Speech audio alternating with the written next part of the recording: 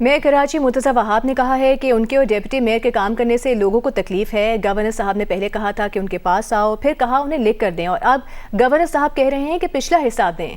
उनका कहना था कि governor send this is not fair, आप 100 अरब रुपए KMC के अकाउंट में जमा कराएं। गवर्नर साहब को इस तरह की बयानबाजी पहले नहीं करनी चाहिए थी ना। जब उन्होंने वो हेडलाइन बनाई थी कि बस मेरे पास आ जाओ, मैं सब कुछ कर दूंगा बहैसियत आईनी सरबराह के, यही कहा था ना। नहीं, पहले उन्होंने कहा था कि मेरे पास आ जाओ, फिर उन्होंने कहा कि भाई लिख के तो दो, फिर मैंने लिख के भी दे दिया। अब लिखने के बाद उन्होंने मुझे ख़त लिखा है एक, जिसका जवाब मैं दूंगा, जिसमें उन्होंने मुझसे माजी में जो कभी शायद वसीम अख्तर को या मुस्तफ़ा कमाल को पैसे मिले थे उसका हिसाब मुझसे मांग रहे हैं वो। गवर्नर साहब, कामरान भाई, दिस इज़ नॉट फेयर। आपने ये नहीं कहा था कि ये होगा तो वो होगा, वो होगा तो ये होगा। आपने कहा था मैं बहैसियत आईनी सरबराह के ये तमाम चीज़ें कर दूंगा।